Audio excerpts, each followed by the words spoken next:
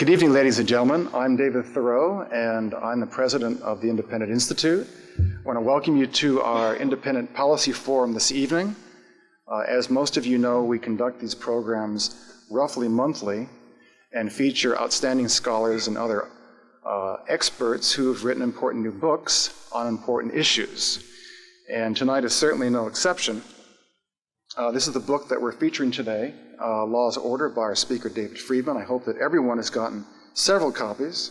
Make great presents, graduation, whatever. The actual title of tonight's talk is, Will Encryption Protect Privacy and Make Government Obsolete? Some of us might wonder if it had ever been otherwise. David is actually trained as a physicist and an economist. Teaches at the law school at Santa Clara University because of his extensive knowledge in law and economics and other related fields.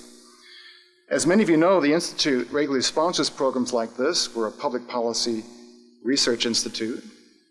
We produce many books. This is our quarterly journal, which I hope everyone here also is subscribing to for everyone in the family. This particular issue has a number of articles that pertain to privacy-related issues, especially pertaining to the nanny state, national security, and other matters.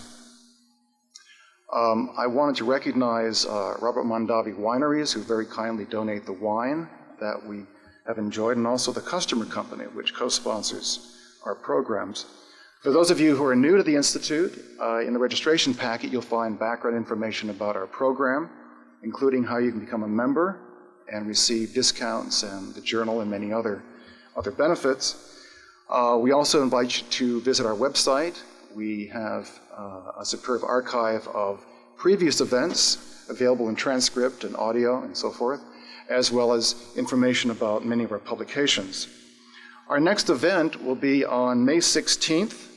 The program will focus on the ideas and significance of the Nobel laureate economist and political theorist F.A. Hayek. The program is entitled Friedrich Hayek and the Future of Freedom. The speakers will be Alan Ebenstein, who has a new book called Friedrich Hayek, A Biography, and Charles Baird, professor of economics at Cal State Hayward. On July 5th, we'll be hosting a program called Why Are the Public Schools Failing and What Can Be Done? The speakers then will be two economists, one whose name is John Merrifield from the University of Texas at San Antonio, who's author of a new book called The School Choice Wars, and Richard Vedder, who is a senior fellow here and also professor of economics at Ohio University, who's author of a new monograph for us called Can Teachers Own Their Own Schools? Later, on August 14th, we'll be hosting Larry Elder, who many of you know is a popular radio and TV talk show host and personality, and his book entitled 10 Things You Can't Say in America. We'll also be hosting Thomas Zaz this fall on his new book called Pharmocracy, which is excerpted, I should mention, in this new issue of Independent Review. Last Friday, some of you may have noticed that the Washington Post reported on the efforts of the government in China to continue its efforts to censor information technology. The questions that our speaker will be looking at is, can such repression work? And what are the pros and cons to such efforts?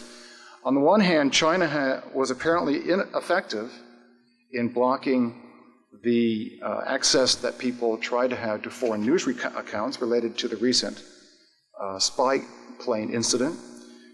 Furthermore, the U.S. plane, I'm not sure if you had noticed some of the reports that mentioned the plane was equipped with the latest NSA technology that enables the government to intercept all email, faxes, and other electronic media. So it wasn't simply a question of surveillance of certain specific things, but it could survey virtually all transactions. Just imagine the uproar here in the U.S. if the Chinese or the Cubans were flying continual surveillance flights along the west or the east coast of the U.S., monitoring all communications media. On the other hand, when the truth about a deadly school explosion spread earlier across Chinese chat rooms, it turned out that government officials were essentially powerless to stop it, and they actually issued what was essentially a remarkable public apology. So that's part of what our speaker will be discussing, this tension between these two dynamics. The U.S. itself, of course, is the home of the FBI's carnivore surveillance system, as well as the NSA's echelon system, which is actually an international system. In Congress, we currently have a bill that's proposed that includes a provision to make it mandatory to have a special chip embedded in all new cell phones by the year, I believe it's 2005. Would enable the government to track the location of all cell phone use and their users.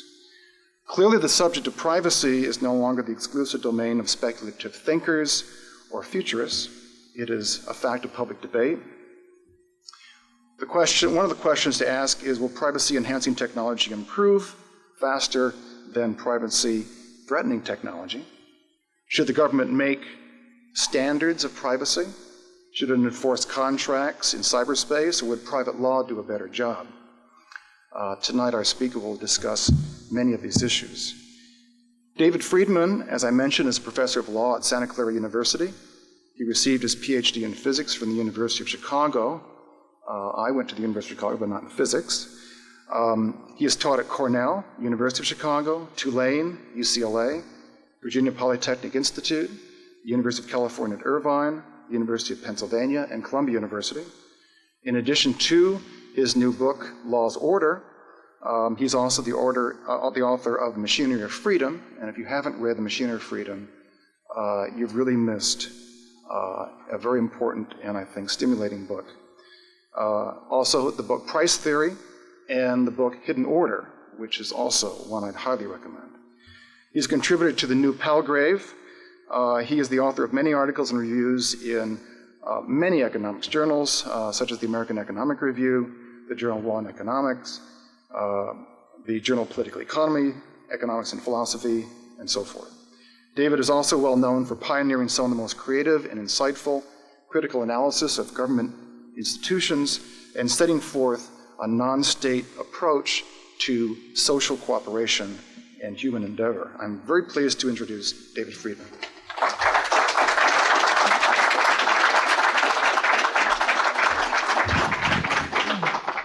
Actually, David Theroux doesn't know what I'm going to say because he hasn't heard the talk either. I have written important books on importance. You really need this thing for something? Yeah. I see, all right. I regard the microphone as a device for distorting the human voice. I was going to say, I have written important books on important subjects, but I have not written any books on the subject I'm talking about tonight. I do have some things on my website on that topic, in particular an old article called Strong Privacy, Perils and Promises of Encryption, which is really the written version of what I'm saying as of 5 or 6 years ago when I wrote the article. I am afraid government is not obsolete yet. Government is very good at what it does, enormously better than any competing institution. And if you don't believe me, compare the total revenue collected by the U.S. government each year with the total of all private theft and robbery in the U.S. It's orders of magnitude larger. It is a very successful institution. But what I wanted to talk about was not the government, although we'll come back to that. I wanted to start out talking about the question of how you can maintain your privacy. Because there are really two ways of protecting your privacy, and one of them doesn't work. The one that doesn't work, which is, of course, the method central to all privacy law, is to let information about you out and then control how other people use it. And if you believe it does work, I suggest a very simple experiment. The Fair Credit Reporting Act, federal law, forbids credit agencies to release credit reports on people except to those who have a legitimate need for the credit report. So the experiment is to start with the name of a random person, $10,000, and the yellow pages for private detectives for your city, and see whether you can end with a credit report on that random person. And I predict if you are reasonably ingenious, the answer will be yes, and you'll have money left. The other way of protecting your privacy, the way that works, is to keep control over the information from the beginning. That is, not to let the information out. And it turns out that the technologies that have developed over the last few decades make possible very, very powerful tools for that kind of privacy. And the central technology, which some of you know lots about, but some of you know very little about, and I therefore have to talk about, is public key encryption. All right, you want to send a message to somebody, and you want to make sure that if it's intercepted, strangers can't read it. And the old, not very old, the 50-year-old solution to this problem was that you had a way of encrypting the message, a way of scrambling the message, which depended on a key, a set of instructions for scrambling. And you used the key to scramble the message.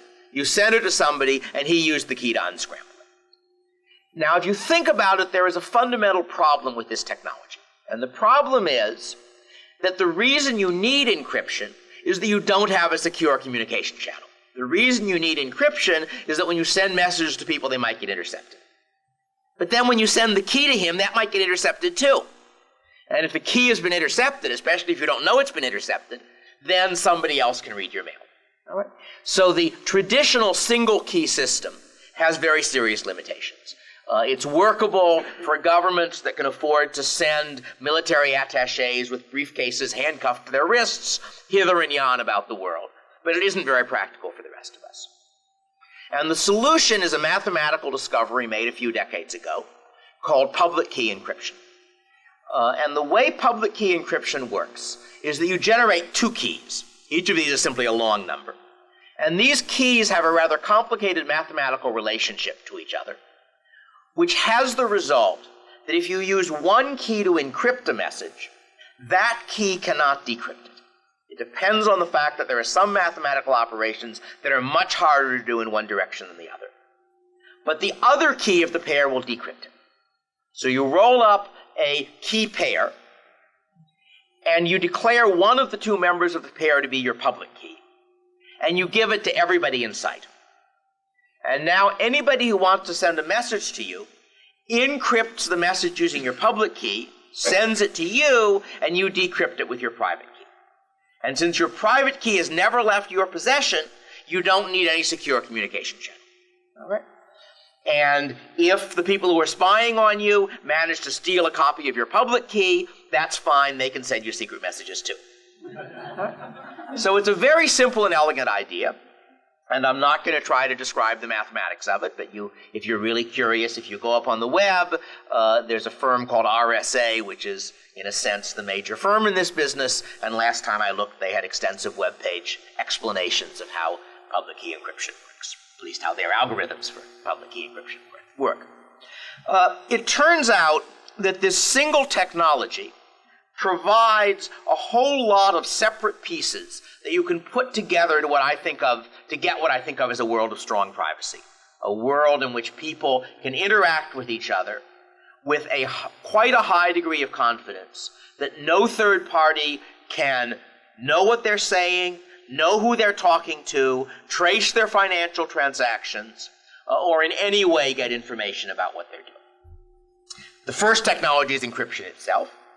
And the only tricky part is how you distribute your public key, how you make sure people really know it's your public key. And we can talk about that if people want, but for the moment, just assume we have some way of doing that. Once you've done that, the next problem is when you are dealing with people who haven't seen you at a distance, how do you prove you're you? How do you prove that when you are proposing a revolt against the U.S. government, you're not really an FBI agent in disguise? Think of other cases where FBI agents like to disguise themselves as 12-year-old girls, for example. Other law enforcement purposes. But how can you have a system where people can prove they're them? And this is really two questions. One of them is, how do I prove I'm David Friedman who teaches at Santa Clara? Because for some purposes, I might want to send a communication in which I identified myself. And the other question is, how do I prove I'm the same unknown person who communicated with you last week? So the first question is how I link my cyberspace identity to my real space identity. But the second and more interesting question is how I prove my cyberspace identity. Because I'm going to be arguing that there are a lot of purposes for which you don't want to link those two identities, for which you want to keep the cyberspace identity anonymous in real space, but not in cyberspace. And the solution to this is something called a digital signature. And what I'll describe is a slightly simpler method than is really used, but it would work and it will do. And the method is quite simple. I wish to send you a message and prove it's from me. So I encrypt the message with my private key. I then add a note to it saying this is from David Friedman and send it to you. You get the message. You decrypt it with my public key. Remember, what's encrypted with either key can be decrypted with the other. Since it turns out to be a message and not gibberish, you know it must have been encrypted with the private key that matches my public key. I'm the only person in the world who has the private key that matches my public key. Hence, I must have sent the message. That's the guts of how digital signatures work. And not only does that mean that I can prove that I'm me, it also means that if necessary, you can later prove to a third party that I sent that message even if I deny it.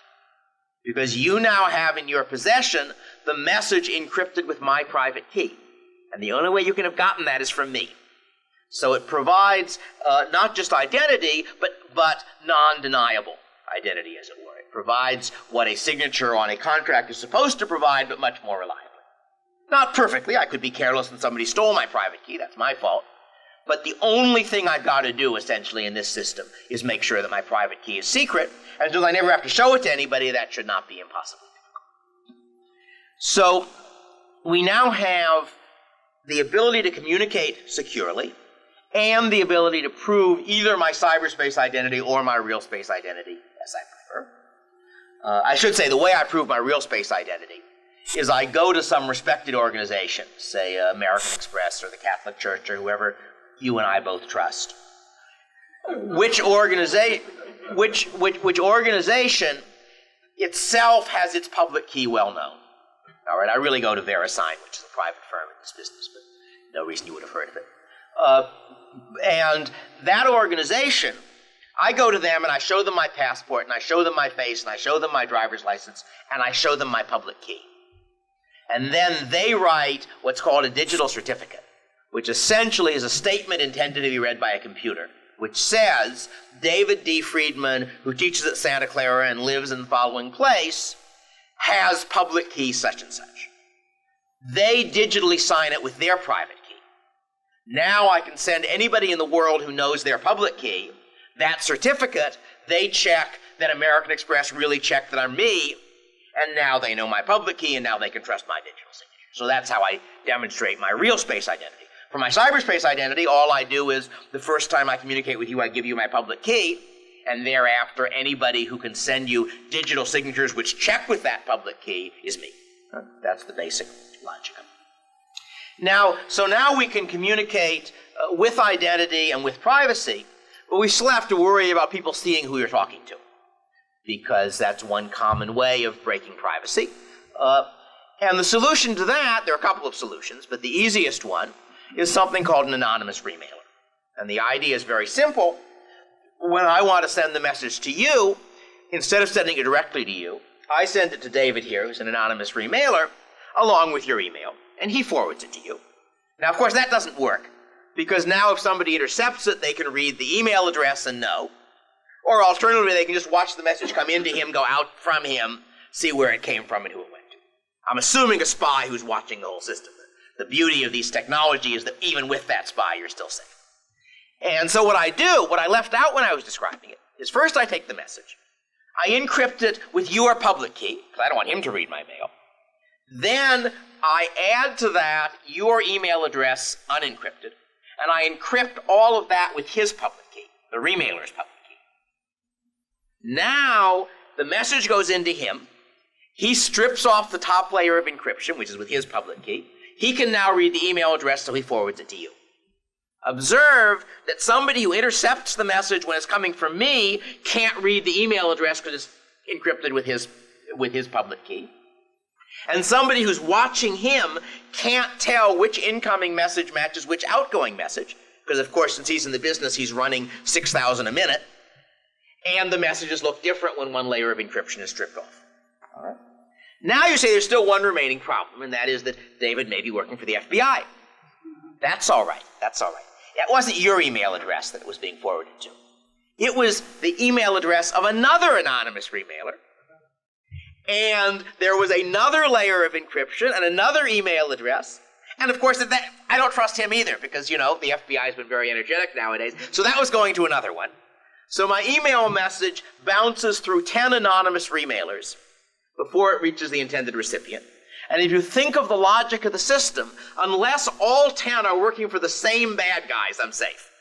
Because any one broken link means you can't trace the line. So it really is a fairly powerful way of doing it. The remaining problem is how I can make payments, because in order to do many things, you have to be able to pay people money. How I can make payments without being traceable. And credit cards and checks aren't a very good solution, for obvious reasons. But it turns out that using encryption technology, you can create what is referred to as anonymous digital cash, or anonymous e-cash. And I'm not going to go into details. If people are curious, I can describe a way you could do it much simpler than the way people actually propose to do it. But the basic effect, and again, I assume we're going to have a question period, and therefore I can skip over things, and if people find them puzzling, they can call me on them. But the basic effect is that I send you a piece of information, and the result of your having that piece of information is that you now have control over an asset that I used to control. And you can send the information on to somebody else, and he can send it on to somebody else, and the 100th person walks into the bank and takes the dollar bill that information represents, and it's done in such a way that each transaction I lose control as you get control, that you, in effect, the information changes each time it's transmitted, so my old information is now obsolete, and the result is you get the same anonymity that cash gives you, that it is true if our money were still redeemable for silver, at some point the dollar bill comes in and gets redeemed, but it doesn't have a history on it. It doesn't say where it's been, and therefore it can't be used to trace transactions. And you can do exactly the same thing with anonymous eCash. So what is the result of this set of technologies? It's a very interesting world. To begin with, it is a world where you can simultaneously have anonymity and reputation. All right, that sounds paradoxical, but I can have a cyberspace persona defined by a public key, and you can roll up public keys anytime you like, public-private key pairs. So I have a cyberspace persona defined by a public key, and I can choose never to link that cyberspace persona to a real space persona so that I can develop a reputation. Suppose, for example, that I wanted to practice law without a license. I'm not, in fact, a member of the bar. So if I want to give legal advice and I'm worried about getting into trouble, I set up online and I offer free legal advice for a while. And when people have concluded that my legal advice is good, I start charging for it. And I get a reputation as a good source of legal advice. And at some point, the American Bar Association hears about this and they say, we want to arrest this person. And so they send me a message, because there's some way of sending me messages through remailers. And the message says, please come here so we can arrest you. And I throw it in the wastebasket. And that's the end of it, because they don't even know what continent I'm on, or whether I'm a man or a woman, or a very bright 12-year-old, or a 90-year-old who hasn't gotten senile yet. So that's a very interesting feature of this system. And it has both attractive and unattractive results. One obvious attractive result is that freedom of speech no longer depends on the legal doctrines of the Supreme Court. It only depends on the laws of mathematics. Now, I don't want to badmouth the Supreme Court. Freedom of speech is one of the few issues they've been pretty good on historically. But that was last decade. There's no predicting what they'll do next decade. And I prefer a system where violating freedom of speech is not merely illegal, but impossible, where they're unable to do it, not merely not allowed to do it. That's the good bit. On the other hand, another good bit, well, people in this room will think it's a good bit, other people won't, is that you can't tax or regulate something you can't see. All right? If I earn money in cyberspace and spend it in real space, they can tax it when I spend it. If I earn money in real space and spend it in cyberspace, they can tax it when I earn it. But if I earn money in cyberspace and spend it in cyberspace, in particular if I'm spending it for information goods, for computer programs or videos or consulting databases or services for anything which can be transmitted over the computer rather than having to be delivered by a UPS van. Now, both the earning and the spending of the money are invisible, and it now vanishes from the IRS. Ditto for regulation, as in my example of practicing law without a license. Presumably, most of you will think this is a good thing. Some people won't. They have reasonable arguments for their position, although I think they're mistaken. They think there are good things the government does and it needs money to do them with. But let me go on to a consequence that even some of us may be unhappy with. And that is that it becomes possible to have criminal firms with brand name reputation. All right? And I like to think of it in terms of my business plan for Murder Incorporated. Because I say to myself, suppose I wanted to kill somebody, me right now. What, other than moral reservations, which might depend on who I was thinking of killing, what keeps me from doing it? And the answer is not the price. All right? As far as I can gather from published reports, the cost of a hitman is less than the cost of a new car. And we bought a new car quite recently. We could afford that. All right? What keeps me from doing it is that I don't have any safe way of locating a reliable seller of that service. If I were a professional criminal, I would have the right contacts, but ordinary citizens don't. This problem we can solve. All right? So think about my world of strong privacy. And the business plan goes as follows. Step one is a series of mysterious billboards placed at very high-density places, on big highways.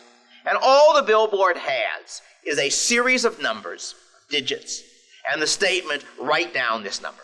That's it. The next thing that happens, a week or two later, is that the New York Times and the Christian Science Monitor and a few other major newspapers receive a long classified ad, or at least a long ad, which appears to be gibberish. And maybe there's a sign above it saying, save this ad. The next thing is a very high-profile assassination. I don't think politicians are important enough. I think a bomb at the Academy Awards is probably the optimal marketing strategy.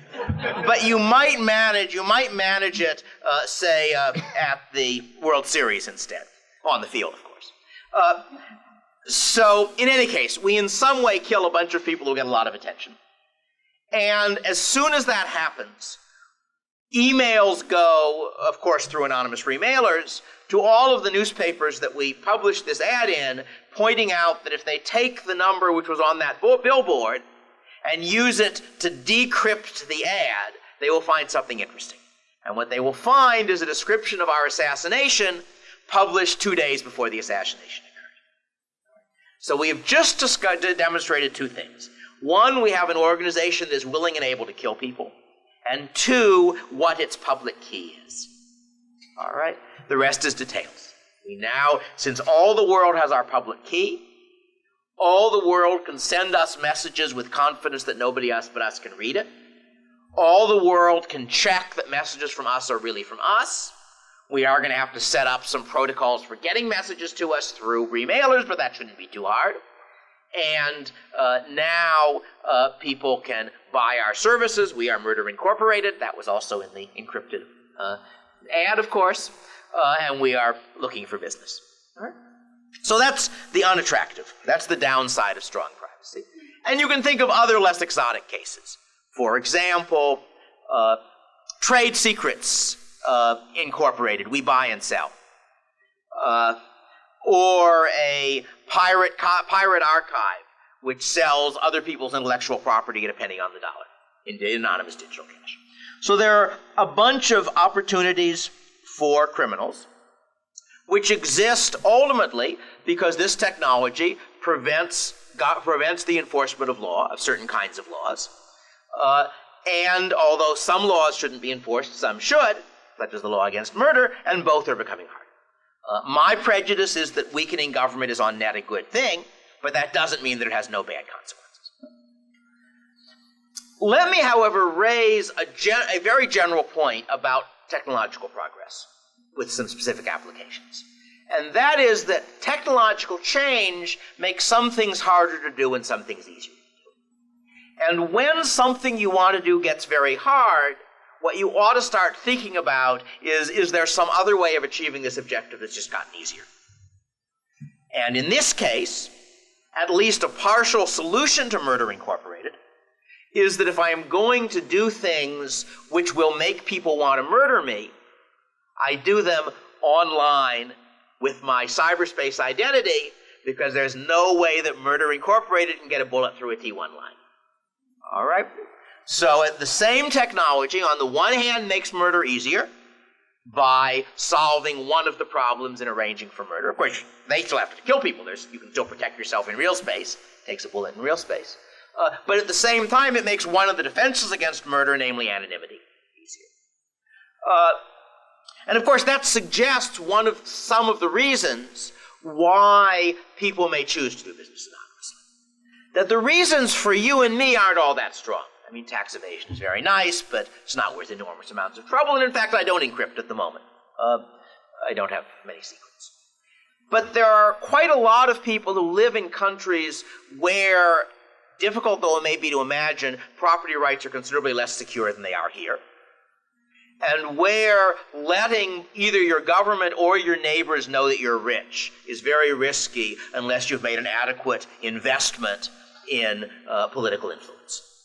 And in those countries, the idea of being able to sell valuable services, say computer programming or other things, in a way such that no third party knows that you are the person getting that income is going to be very attractive. All right? Some reasons to do it here, more reasons to do it elsewhere. Let me go on to discuss the question of using the technology to solve the problems the technology raises, but in a different and somewhat more detailed context. And that's the question of enforcing contracts. Because in general, contracts in cyberspace raise a problem. They raise two problems. Even without anonymity, they raise a problem because national boundaries are transparent in cyberspace. And therefore, you would like to be able to do business with people without worrying about what state or country they're in. However, although it's possible to enforce contracts in the court across jurisdictional and national boundaries, it's relatively complicated, slow, expensive, and therefore much more difficult than for contracts with your neighbors. Hence, using the courts to enforce contracts is going to be somewhat more difficult in cyberspace than in real space. If the world I sketched comes into existence, it's going to be a whole lot more difficult, because there's no way the court can enforce a contract against somebody if they don't know who he is. All right? On the other hand, if you actually think about contract enforcement in the real world, it should occur to you that there are two mechanisms by which we do it, and using law courts is the less important. That most individuals and most firms keep their promises most of the time, not because they're afraid of being sued, but because they don't want a bad reputation. Some of you may remember the wonderful line in The Moon is a Harsh Mistress by Heinlein, where Manny is saying, why on earth? They have laws for everything. They even have laws for private contracts. Why would you do business with a guy if you needed a law? Doesn't he have a reputation? Anyway, it's a good passage. Good book, great book. But what I want to argue is that at the same time that moving to online commerce makes legal enforcement more difficult, it makes reputational enforcement easier. And there are a couple of reasons. To begin with, if you think about reputational enforcement, the crucial variable is the cost to interested third parties of finding out who cheated whom. Right? Suppose that you and I have a deal and you cheated me. And I say, I'm going to tell everybody that you cheated me. And you say, well, I'll deny it. And let us suppose, as is often the case, that for the third parties who might care whether you're honest, figuring out whether you cheated me is costly. Because you're going to do your best to argue that you were the wrong party and I cheated you. That not only reduces the effect of the reputational sanction, it also gives me a reason not to complain in the first place. Because if you didn't cheat me, I cheated you. And thus, when I complain, both of our reputations go down if other people can't check which of us is in the wrong. So it's crucial, in order for a reputational system to work well, that interested third parties be able at low cost to know who's active. And the internet helps in two ways. First, it makes finding information and transmitting information very quick and easy, so that in a casual sense, you can do a search using Google of the web and of Usenet, and in a minute see if anybody has mentioned the firm you're thinking of doing business with and what they say about it. Somewhat more organized fashion, as many of you know, eBay has deliberately gone out of its way to set up reputational mechanisms. That is, to set things up so that when you buy something on eBay, after the goods are delivered, you have an opportunity to report on the transaction, and those reports are available to anybody else who wants to buy from that seller. So those sorts of reputational mechanisms work. Let me describe a more formal reputational mechanism that one could use if larger amounts were at stake. It goes as follows. You and I sign a contract. In the contract, we specify a private arbitrator. The contract includes the private arbitrator's public key, which you'll remember is the information you need to check his digital signature. The contract is digitally signed by both you and me.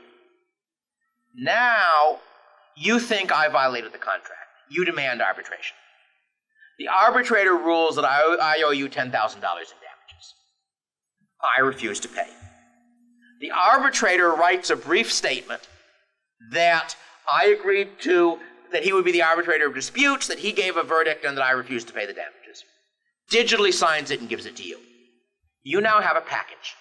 That package consists of the original contract, which I digitally signed, so provably I agreed to it, and the arbitrator's verdict, which he digitally signed, so provably the arbitrator I agreed to said that I cheated. You may now email that package to anybody else in the industry. You can put it up on a website with my name all over it, so anybody who does a web search for me will find it. In various low-cost ways, you can make it readily available to the world. And the beauty of it is that when somebody gets the package, it takes his computer 4 seconds or something less than 4 seconds to find out that I cheated you. Because all it has to do is verify the digital signature. Obviously, if this is a routine procedure, we'll have standard ways of formatting the information so that no human being has to intervene, and the computer can just check it and then say, hey boss, this guy cheats. So that means that it's a technology that makes it possible to drastically reduce the cost to interested third parties of knowing who cheated. And it's really two technologies. One is a very old one, and that's arbitration. And the point of the arbitration is that it provides a cheap way for third parties to figure out who is in the wrong, because the arbitrator has done all the work, and all they have to know is I agreed to that arbitrator, and that arbitrator says I'm in the wrong. And that exists at present. It's existed for a long time. Articles on private arbitration in various industries, mostly written by Lisa Bernstein, who's been very enterprising in this field, starting with her classic article about the New York diamond industry, which is possibly the world's most trust-intensive industry, in which almost nobody uses the courts, because the courts don't let you keep secrets, and people have secrets, and for several other reasons. So, in any case, now, there is a problem, of course, with just suppose I want to make a contract with someone who has no reputation. He's not a repeat player in this market, say. Well, the solution to that is you piggyback on somebody else who does have a reputation, and you do it by bonding. So that I want to make a contract, and the maximum damages I'm going to be liable for are $10,000. So we agree on an arbitrator who is also a bonding agent. Each of us deposits $10,000 in digital cash with him. Of course, our contract with him specifies the arbitrator that he and we agree to use if we disagree with his verdict. Make sure he can't steal the money, which he probably won't do for reputational reasons anyway. And now, if he finds that I defaulted on the contract, he can award some of my money to you as damages. So the crucial thing now is that the bonding agent arbitrator has a reputation, and that makes him honest. And once he's honest, we just trust him, and thus get our enforcement secondhand. You can think of other mechanisms as well, but I think this is enough to make the point that you can have a system for enforcing contracts entirely private, entirely reputational. Now, of course, one implication is that if you're a new boy on the block, other than bonding, you aren't going to be able to make large contracts. But that's often true in the real world as well, that you develop a reputation for a while by making small contracts, and as the reputation becomes larger, people are willing to make larger deals. This could be the story of the 21st century, but it could also be the story of about the 12th century.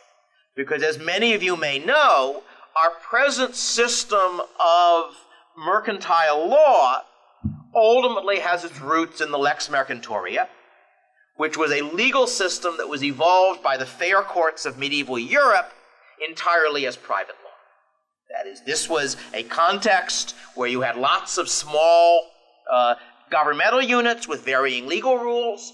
You had courts at which merchants met from all over Europe, so they evolved their own system of legal rules, which was enforced primarily by reputational sanctions, and later got taken over, at least in England, by the common law, sort of adopted into it, and I suppose ultimately ends up as the UCC largely. So this is not entirely new. One of the attractive features of this system is that it is a system for generating efficient law. Because when you are deciding what arbitrator to write into your contract, you want the arbitrator who has the legal rules that on average maximize the sum gains for the contracting parties. So you want the arbitrator who gets the right result at low cost, doesn't take bribes, follows legal rules that don't result in your doing expensive things to avoid damages and so forth. So this is actually a market mechanism for generating efficient law on the private market. And I found that attractive because I, in fact, described that mechanism in 1971 when I wrote my first book, in which I was describing an imaginary anarcho-capitalist society. I was trying to sketch out how a society could work with private property rights but without government. And one of the points I made after showing how the legal institutions had worked, this was not a reputational enforcement. These were ones where, if necessary, they could shoot people. But after showing how the legal institutions worked, I proceeded to show why they would have market reasons to generate efficient law. And I argued at the time that one of the great advantages of my version of libertarianism over the minarchist version was that the minarchist version has no reason to expect its institutions to actually generate the right law. It just assumes they do. Whereas in mine, I have economic reasons to expect it to generate economically efficient law, and pretty persuasive reasons to believe that freedom is usually economically efficient, and that therefore there will be a close, though not perfect, correlation between economically efficient law and libertarian law. So here it looks as though I don't have to wait 200 years for anarcho-capitalism to show up and transform the world. It's going to be happening more or less around us in cyberspace, not in real space, but in cyberspace in the form of the kind of private law I've described, which I think is already developing. Now, I could talk about other things along these lines as well, but I'm going pretty long. So let me instead give you some sort of summary comments, and then we can discuss things. And lots of more things to talk about, but time is short and ours is long, as our speakers. Let me say a little bit about in what I at least am guessing, and it's only a guess because prediction is, I think, a hazardous business, and I'm not in the prophecy business. But my guess of what's going to happen is that we're going to be moving towards a world where you have two sets of institutions, one in cyberspace and one in real space. And the institutions in cyberspace are going to be voluntary institutions, because the fundamental nature of cyberspace interaction is that all you're doing is sending messages. Right? Again, you can't get a bullet through a T1 line. So that means that although it's true you can defraud people, and ultimately things like computer break-ins, if you think them through, are versions of fraud, you can't use force. And, you know, we're unhappy with both force and fraud, but force is a lot more dangerous. Fraud you can protect yourself against if you're careful. Force you can't. So it's going to be a world of voluntary association, private law, all these nice things. It'll give us problems where you are working on the interface between cyberspace and real space, where you use the privacy of cyberspace to contract for a real space assassination. That's where the problems are going to exist. But as long as you're only in cyberspace, you can't really assassinate people. Not do it. On the other hand, the real space will still belong to the state, unfortunately. However, the state will be weakened in two interesting ways. The first is that the more of your life is in cyberspace, the more mobile you are. Because it means that if you're working in a virtual firm, if your friends are largely people you know in virtual reality who might be anywhere, Now, if you don't like the government that's taxing you, you move 1,000 miles across the border and you put a .forward file in your email file so your email all follows you, and you have to get a new house, but nothing else changes very much. So the more mobile people are, the more governments have to compete for taxpayers, and thus the less they can steal. Very general rule, one which I sketched out in my first economics article a very, very long time ago, where I was analyzing the size and shape of nations and arguing that large, linguistically homogeneous nations were a result of rising incomes, because it meant that human income was a major tax source, and if you want to tax human beings, you've got to make sure there's nowhere outside of your control they want to live. So I claimed that explained the linguistic nationalism of the 19th century. Economic Theory of the Size and Shape of Nations, Journal of Political Economy, 1976, I think. Anyway, so that's one effect. The second effect is that governments are going to be weaker because they cannot control information flows. And this is what I've come to refer, especially when talking to my conservative friends, as the virtual Second Amendment. That if you think about the Second Amendment, right to keep and bear arms, I think it's pretty clear what's going on. And it's clear if you read, say, Adam Smith, who's, as I assume you all know, that the important event of the year 1776 was not any of this nonsense going on in the colonies. That was the year that The Wealth of Nations was published. Anyway, Smith discusses the question of militias. He doesn't come up with the same conclusion. But it's clear that the intellectual background of the late 18th century that is facing this problem. Professional soldiers are better than amateurs. They win battles. But professional armies are a potential threat to a free state because when the government gets tyrannical, the army does what it's told. Remember that Cromwell is a military dictator of England in the mid-17th century. So this is stuff people are still remembering. It's only 100 years ago, a little more than 100 years ago. And the American solution, which I think was a very ingenious solution, is that you have a big militia. The militia is officered by the states, not by the federal government. It's the federal government that owns the professional army. The federal government makes the drill rules so that if the militia is functioning as an adjunct to the federal army, they can all work together, but it doesn't have any control over the militia. And this saves you in two directions. First, it means you don't need a very big professional army, because although your militia isn't very good, there's lots of it, so you can get along with a smaller professional army. And second, it means that if the federal government engages in tyranny and uses the professional army, the militia outguns it 100 to 1. And even if they're not as good, that's good enough. That was the theory. I don't think that works anymore. All right, I think that's probably a good explanation of why we had the Second Amendment. But much as it pains me to say it, I think that's obsolete. I think it's obsolete because the difference between the weapons a hunter uses and the weapons a soldier uses is a whole lot bigger now than it was in the 18th century. And that while having an armed populace no doubt makes tyranny a little less likely, it's not really a very effective protection. On the other hand, my guess is that any serious conflicts between the U.S. government and its citizens are going to be mainly information wars, not mainly bullet wars.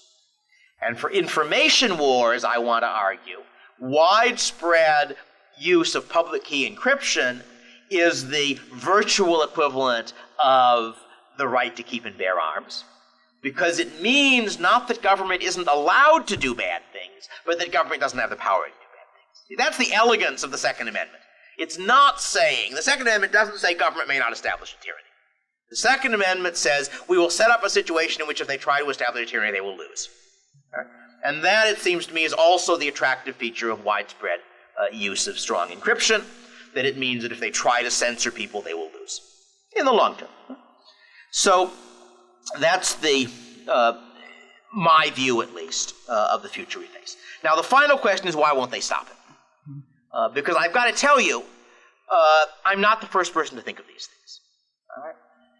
And while most of the other people to think of these things are also nutty libertarian types, the basic history of these ideas is that I stole them from a bunch of people called cypherpunks, of whom the leading light is Tim May, who stole some of them from me. That is to say, Tim read Machinery of Freedom.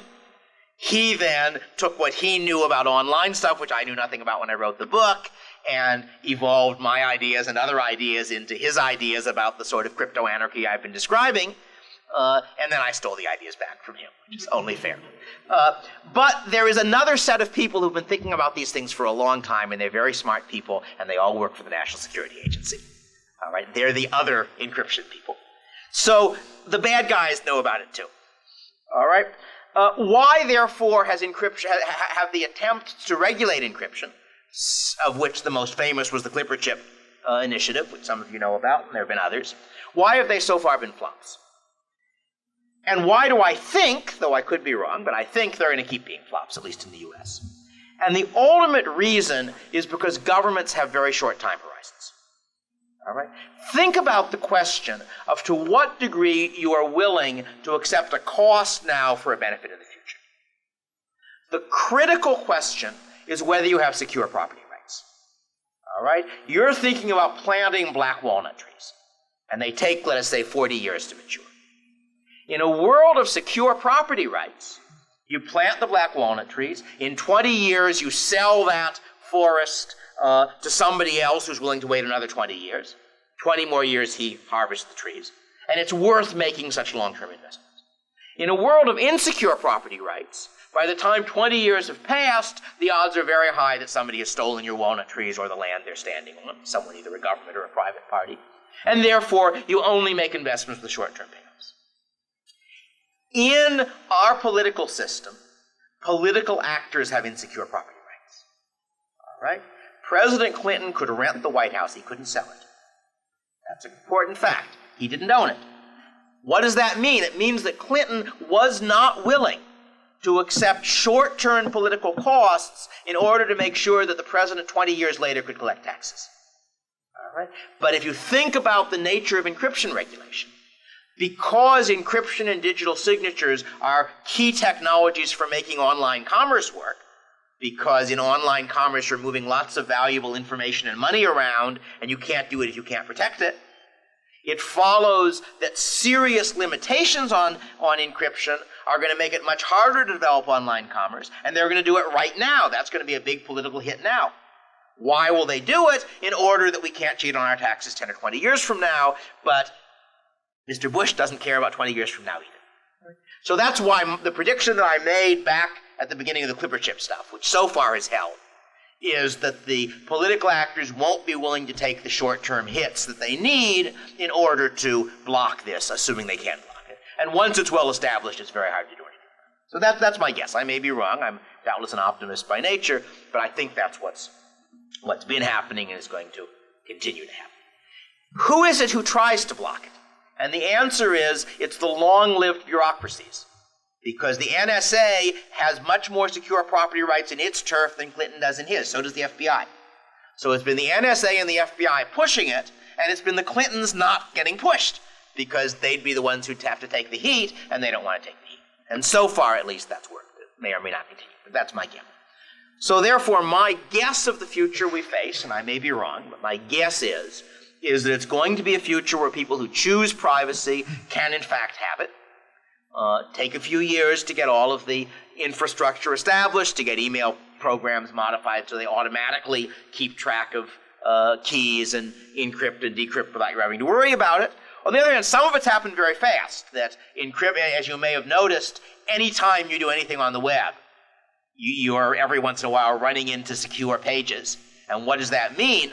It means that those pages are rolling up a public key, private key pair, sending you the public key, you're sending stuff back, and therefore the whole transaction is encrypted. So that's a transparent, easy way of using encryption that's already happening quite easily. That's the future. It's going to be a mixed future. I don't want to predict beyond 30 years, because I've concluded there are too many technologies out there that could radically change the world in 30 years, but that's my current guess. Thank you.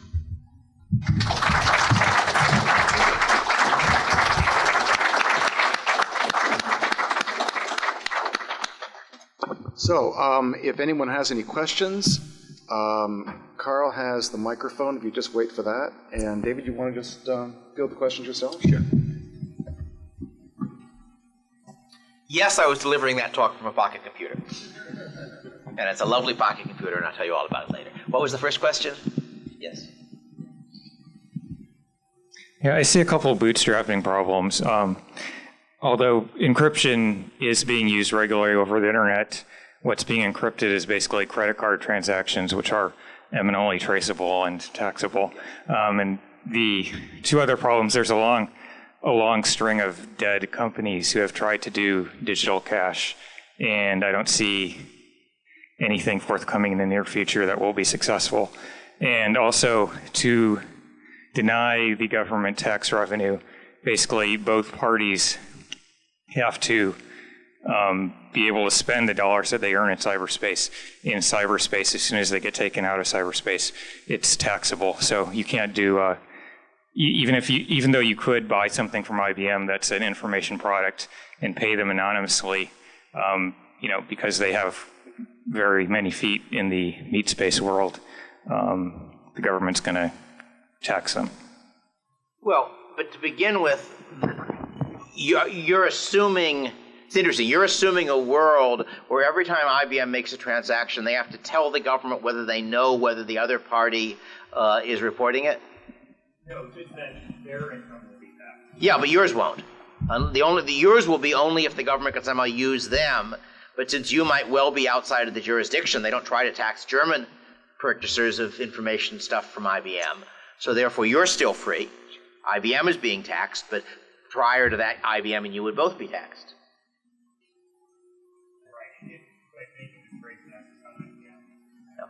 Well, except that there are limits, on collection and elasticity and so forth. My favorite counterexample is on the general issue of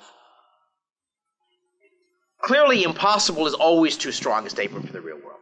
But I'd like to point out that state governments are currently losing many, many $1 million of revenue due to barriers much weaker than this barrier. And I'm thinking about the problem of taxing interstate mail order sales. That if I know the situation in Illinois, I think it's true in California, but in Illinois, in fact, I'm pretty sure it's true in California. In Illinois, if I buy a copier from 47th Street Camera in New York, I am legally obliged to pay the state of Illinois a payment which corresponds to the sales tax on that copy. Furthermore, if I were so foolish as to again buy a copier when living in Illinois from 47th Street Camera, I might end up paying that tax because it happens that New York and Illinois are both parties to something called the Great Lakes Compact, which is a bunch of states on the Great Lakes that have agreed to share the relevant information. And the reason I know that was that I did buy a copier from 47th Street Camera and to my great astonishment got a bill from the state of Illinois for the taxes. Thereafter, I bought my high-tech stuff from Texas, which is not a party to such a contract. And if you think about the logic of the situation, the more states sign the contract, the greater the incentive to be the chiseler on the cartel and to be the state that doesn't sign the contract. So that's a case where, in fact, they have failed to collect large amounts of taxes because of a relatively smaller barrier. So I think that stands. As far as what's happening, George Orwell wrote a series of articles for an American magazine during World War II. And just after the war, he wrote sort of a summary, a retrospective article. And he said it was very interesting, looking back, because he got right the way things were going, but he always got wrong how fast they were going there. Because as an intellectual, he looked at the logic of the situation, as it were, but the world has a lot of inertia in it. So that may well be true. And I'm a little disappointed that we don't have, that Mark Twain Bank didn't succeed, that we don't have a digital cash system. My latest effort to jumpstart the digital cash movement is my solution to the spam problem, which I've been trying to get unsuccessfully published as an op-ed, which involves you're putting a price on your mailbox, 5 cents, say, and when somebody who isn't on your list of people you want to receive mail from sends you an email, it gets bounced with a message saying, I charge 5 cents to receive mail from strangers. If you wish to send me mail, here is the URL of the stamp machine. And the stamp machine is now a web page which sells anonymous digital cash in small denominations. And that means that the stamps are reusable, unlike the government's inferior stamps. So when you want to send messages to people who don't already know you, you just use one of the stamps you received when somebody sent a message to you.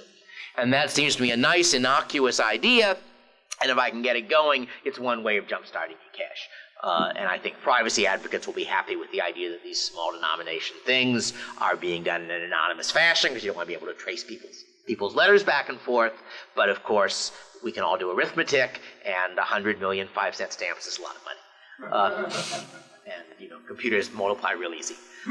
So maybe I'm wrong, but it does seem to me that the logic of things drives them eventually, and, sometimes it takes a while. In the case of encryption, it's basically a network problem that I don't want to encrypt my mail to you unless I know you're already set up to receive it. And there, what I'm hoping is going to happen is that 2 or 3 of the main companies doing email will get together and they'll agree on some standardized protocol so that we can make it all transparent. And basically, when you receive an email from somebody that's gibberish, your machine automatically writes back to his machine, say, please send me, his public key with the certificate, and it automatically sends it, and thereafter is no problem. But we'll see. Lots of entrepreneurial opportunities here. Yes? Yeah. Fine. And this one? Yeah, sure. You talked about the Clipper chip. Yeah. Is that still happening? It's not happening. So the equipment, the infrastructure that was built on the government side with the 2-key requirement and all of that stuff, Justice Department and some other authority. Interesting. As far as I know, that's a good question. Governments sometimes maintain things long after they're dead. And so I don't guarantee that mechanism isn't there. But nobody's using the Clipper chip. There is no effort to get people to use the Clipper chip. Maybe the government uses it for low security stuff. They were never going to use it for high security stuff. They knew better. Is it true that the only company that was installing that as a function of some negotiation was AT&T? I think that's right, yeah, but I don't think it ended up going anywhere. Interesting. Yeah. Thank you. The next generation were proposals for key escrow schemes. For schemes in which you're allowed to have your own keys, but you've got to have your private key escrowed with an authorized agency. And none of those seem to have gone anywhere either. I'm a little puzzled about why Americans are as in favor of privacy as they are, but I'm delighted to observe it. Yeah. You mentioned that the NSA and the FBI seem to be picking up all of the emails. Is that I didn't right? mention that. Okay. The NSA has for many, many years been part of an international operation called Echelon, which intercepts phone messages, and of course phone messages might be emails, and I'm sure it intercepts emails if they go on the air, and presumably reads very few of them, but it uses it for traffic analysis and other things. The FBI has a carnivore system which, according to their description, which for all I know may be true, they essentially get a court order saying you can read all email to Mr. Smith from Mr. Jones in between these dates, and Carnivore then looks at all email that passes the relevant nodes and filters those out. And that's their description. Now, I would have thought that you might also want to look at the email which had certain words in it, but they say they're not doing that for all I know.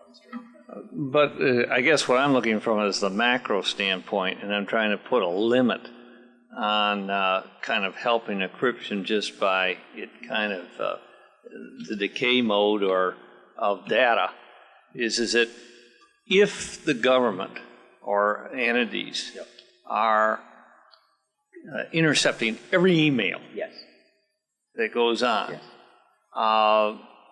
do they have kind of a physical constraint of how long they can hold that data because data storage starts to creep up, and then all of a sudden you basically have a protection there? Let me go back a step. Okay. First, they certainly are not in practice intercepting every email or every phone conversation at present. That would be very costly. On the other hand, one of the ways in which technology makes things worse is that we are getting good at speech-to-text technology, at programs which you speak to the computer and it turns it into words. If you think about wiretapping, the reason there is so little wiretapping is that it's very expensive. It's very expensive in labor, because somebody has to listen to that phone a whole lot of the time. All right, once you've got good speech-to-text technology, that problem disappears. Computers are much, much cheaper by the hour than FBI agents.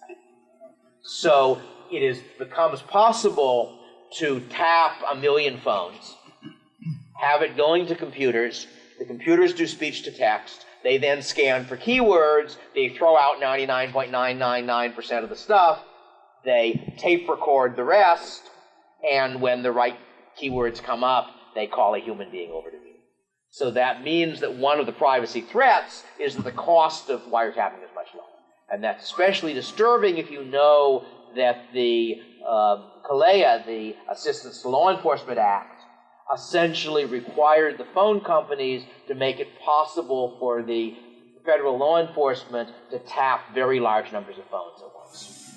And the FBI denied that they were planning to tap very large numbers of phones at once. They said it was just that they might want to tap 2% of the phones in some tiny area, so they had to be able to have the capacity for 2% everywhere, and that's a lot of phones. But I don't know if I believe it. So that's a disturbing thing. On the other hand, it doesn't do any good to intercept stuff if it's encrypted. And so what we have to do is to get enough people encrypting so it doesn't stand out, at which point they can intercept it if they like to. Who cares? Yes?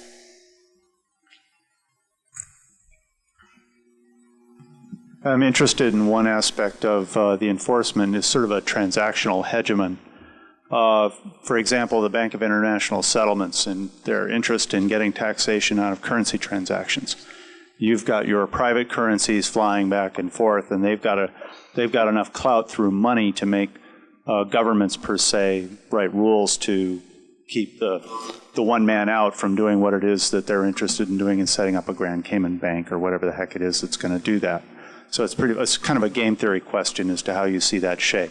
But I guess the main thing, as in many of these cases, is it only takes one government to let you do it. It takes every government to stop you from doing it. That is, as long as you've got one government where people trust the institutions, Switzerland is an obvious candidate, then they can create a e-cash that everybody else can use. They get the seniorage on it, and that gives them an incentive to do it. So, again, I mean, obviously the U.S. government doesn't like e-cash. I wouldn't if I were the U.S. government. But it seems to me not impossible, but it's going to be pretty hard to block it from happening anywhere, anytime. That would at least be my reading. Yes. Here.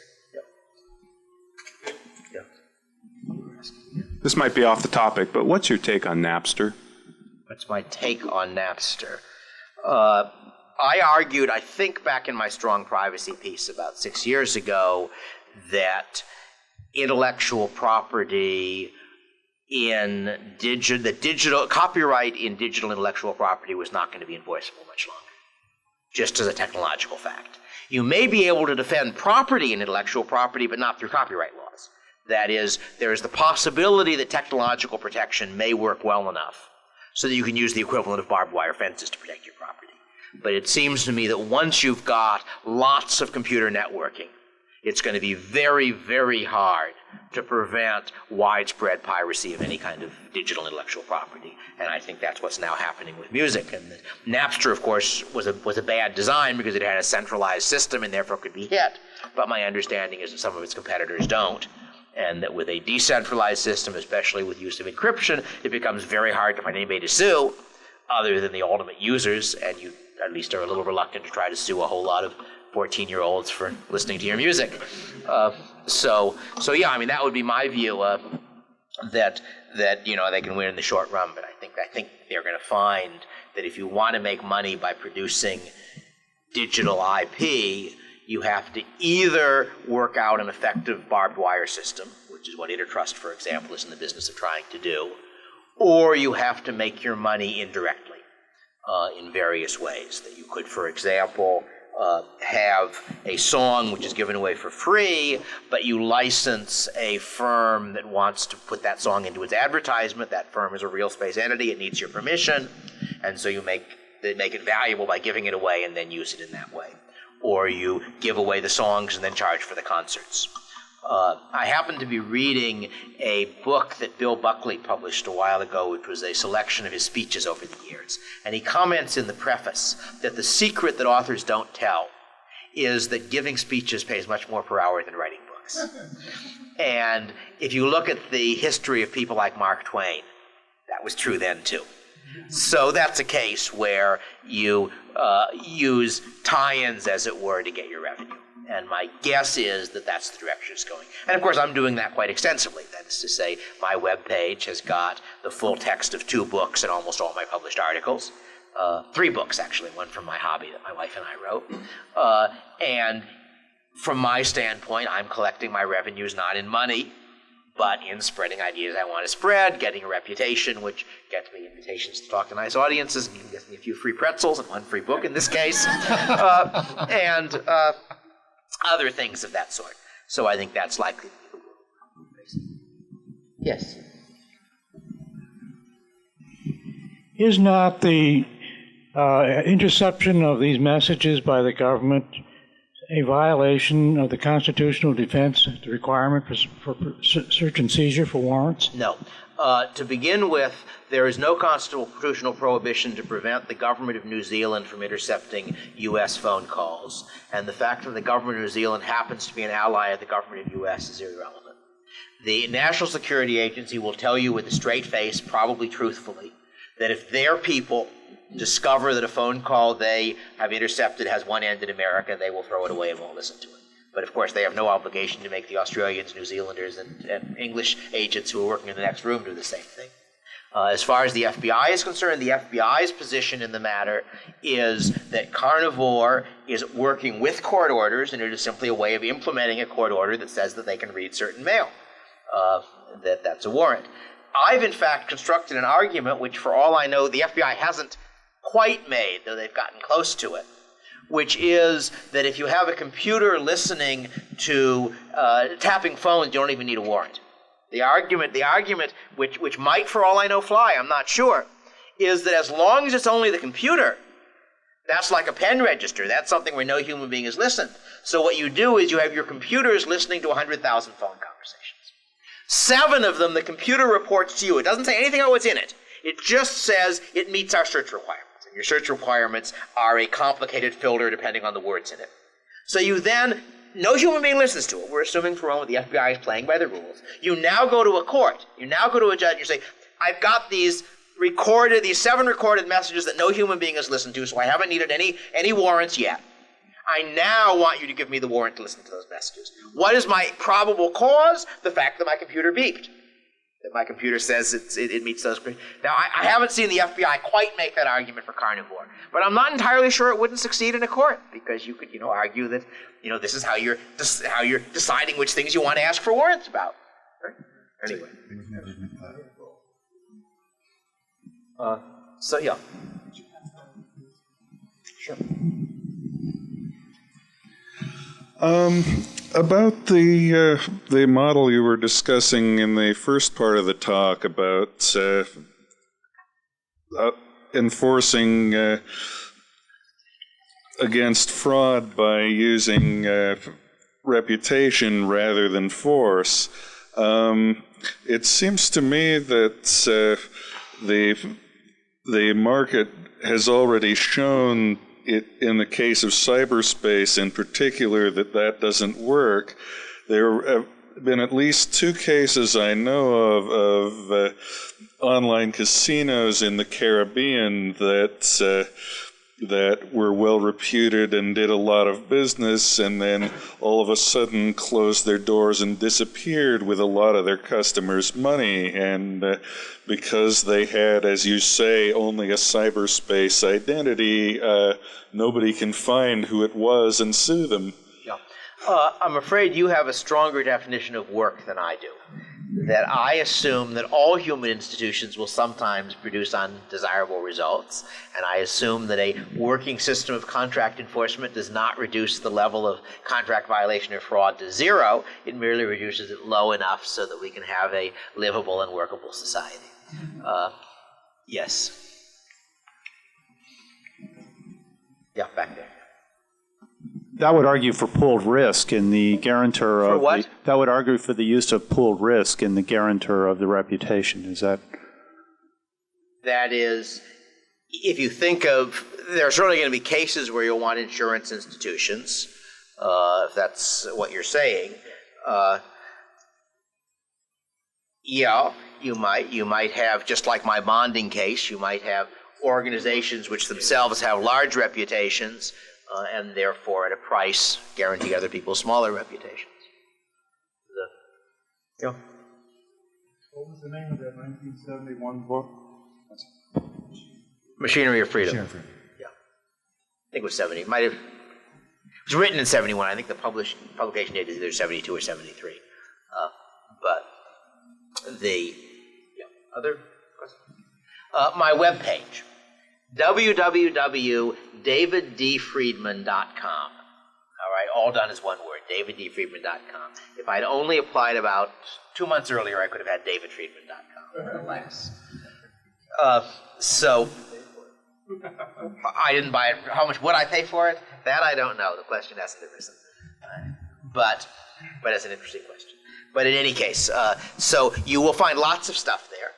Not all of it is political. If any of you are interested in medieval recipes, you'll find quite a lot of those there too. That's one of my hobbies. But some poetry, some other things. But among other things, you'll find most of my published academic articles, all of my price theory textbook, all of Law's Order, although the version that's current is in the form of GIFs, and so it's about as good resolution as, say, a dot matrix printer.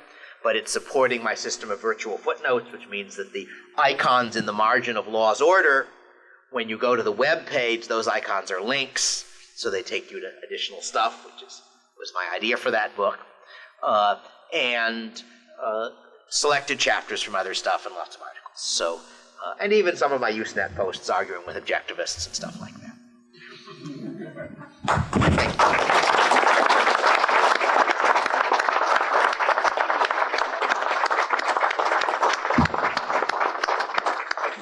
You can see why David is so admired and well read by many people. One other thing I might mention is that anyone who hasn't gotten his book or had your copy autographed, he'd be happy to, I believe, autograph copies here. There are copies upstairs for those who haven't purchased one.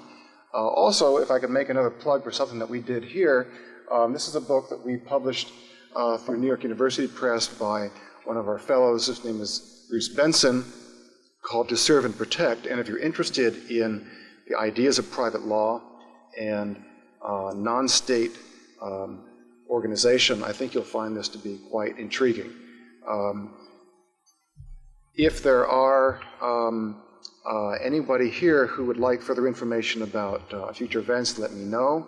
I want to thank everyone for joining with us, and good night. I haven't read Bruce Benson's book, but I know Bruce. He's very good. A while ago, he organized a conference at the university he teaches at in Florida, and my comment at the time was that one bomb at that conference would have set the anarcho-capitalist movement back a generation.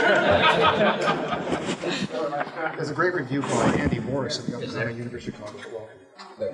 Have you ever considered